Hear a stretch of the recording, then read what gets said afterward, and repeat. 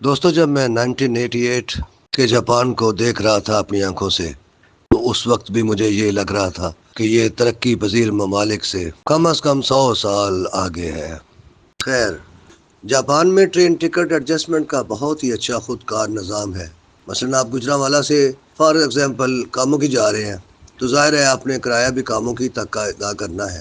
اب ٹرین میں بیٹھے بیٹھے آپ کو اچانک سے خیال آ جاتا ہے کہ کیوں نہ وہ فلاں کام لاہور جا کر نہ کراؤں، تو آپ یہ کرتے ہیں کہ جب آپ لاہور اسٹیشن پہنچتے ہیں وہاں پر فیئر ایڈجسٹمنٹ مشین لگی ہوتی ہے، آپ اپنا کاموں کی والا ٹکٹ اس مشین میں ڈالتے ہیں، وہ آپ کو انفارم کرتی ہے کہ آپ اس میں مزید اتنے پیسے ڈال دیں جتنا کاموں کی سے لاہور تک کا کرایہ بنتا ہے۔ اب وہ پیسے مشین میں آپ ڈالتے ہیں تو ایک نیا ٹکٹ نکل آتا ہے جو آپ ٹکٹ کلیکٹر کو دکھا کر اسٹیشن سے باہر نکل آتے ہیں۔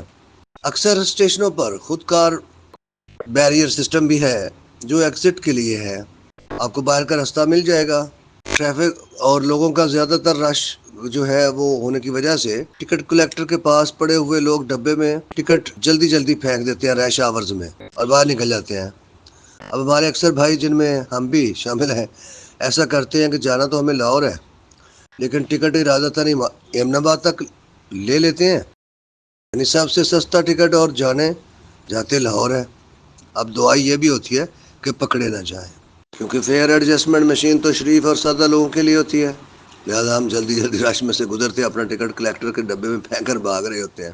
ایک دن جب ہم ایسے ہی چھوٹے ٹکٹ پر لمبا مزہ لے رہے تھے اور سفر طے کر کے جاپان کے ایک شہر چیبا اسٹیشن پر پہنچے تو اس وقت کوئی رش نہیں تھا۔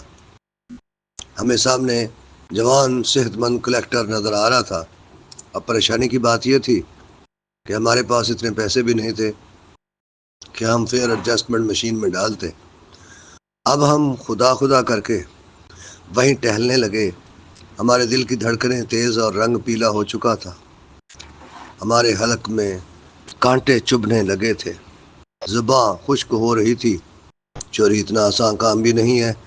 اب ذہنی کشمکش میں تھے، قریب تھا کہ جان نکل جائے گی کہ کلیکٹر نے اپنا چہرہ دوسری طرف کیا اور ہم تیزی اور سرعت کے ساتھ اس کے قریب پہنچے اور ڈبے میں ٹکٹ پھینک کر اپنے قدموں کو تیز کر دیا۔